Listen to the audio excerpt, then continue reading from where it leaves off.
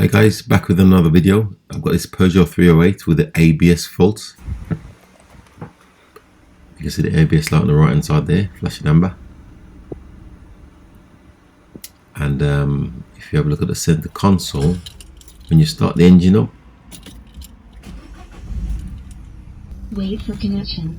You get this, just shut the door, you get this ABS system faulty, flashes up, and then on the dashboard on the right hand side there, on the speedo, you've got the amber light for ABS. So I'm going to have a look at that today. I've already got my diagnostics tool on it, and it indicates that there's a problem with the sensor on the back here, on the offside rear.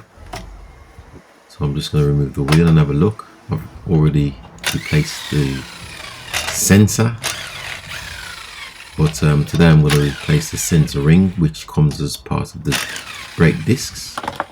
So I'm just getting the wheel off and out of the way there, and just going to remove this hubcap and remove this wheel hub retaining bolt.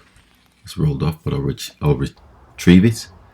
And then for the caliper, there's just two bolts on the back, 13mm head, spanner head, and you can see me just undoing them there.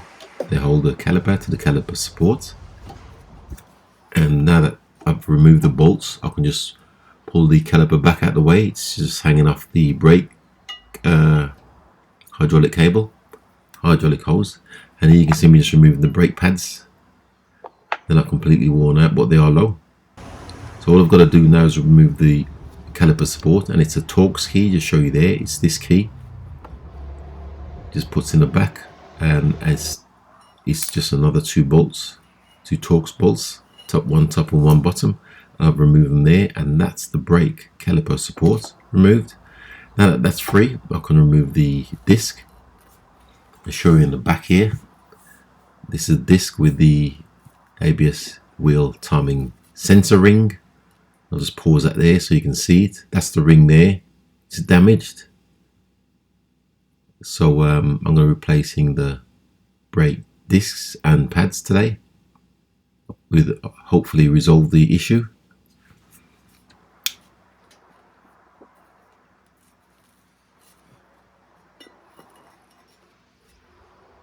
Okay, so I've got a new set of brake pads and discs. I'll just show you the discs here.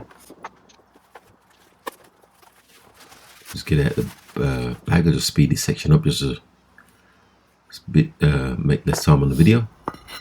And now that I've got it out, I'm just going to compare the old and new, make sure they're the right sizes. Just comparing the two here. There you can see there, and they look okay. So first thing I've got to do, these discs come pre-greased, stop them rusting. So I'm using some degreaser to remove the grease off the face of the brake discs. You can see me just cleaning it off there. It's just to stop it from rusting on the shelf. So it's just a matter of slowly fitting the brake disc onto the hub. And I'm just going to have a look inside here because I don't want to damage the sensor or the sensor ring. So I'm just going to make sure there's a 2mm gap, 3mm gap, which there is. So I've fitted the disc, and I'm just putting the brake caliper support back on. It's just the two Torx head bolts, which I'm just putting back here.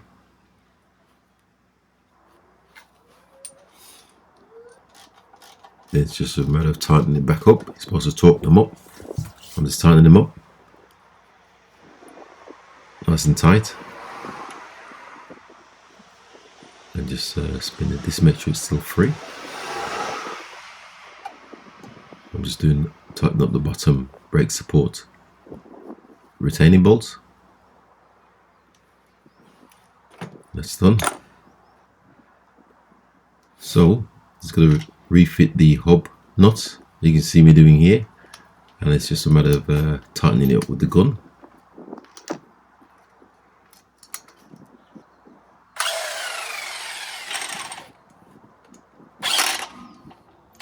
As you heard, I've tightened that up. And now that that's done, it's got a little tab which you just hammer in, just stop it from undoing itself, which I'm going to do now. It's got a little notch in the hub spline. So here you can see me just fitting the new brake pads. That's the new brake pads I'm fitting here after I've cleaned the caliper. That's the pads in place. So now what I've got to do, I've got to retract the piston. So what I'm going to do is undo the brake reservoir cap, and then I've got this tool to wind back the brake cylinder. Wind it right back. And now that that's done, it's just a matter of fitting the caliper back over the new brake pads. A little bit fiddly there, as you can see.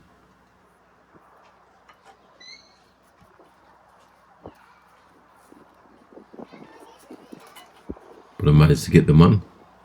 And then now that that's on, it's just a matter of refitting the two 30mm head bolts. As you can see me fitting there, and I'm just tightening them up.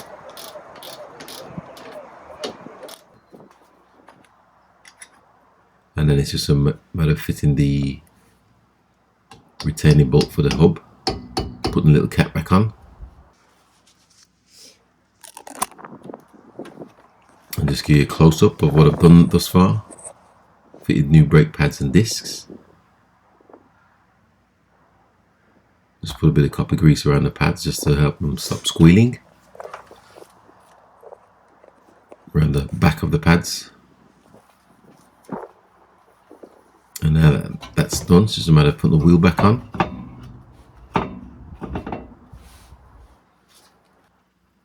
I've put a bit of copper grease around the wheel nuts, just so they don't seize on. These also should be torqued up. So I'm just going to drop the jack down now, drop the bar down off the jack, and manually tighten up the wheel nuts, which should be torqued up. Put the wheel hub cap back on, and then I've got to do exactly the same on the other side.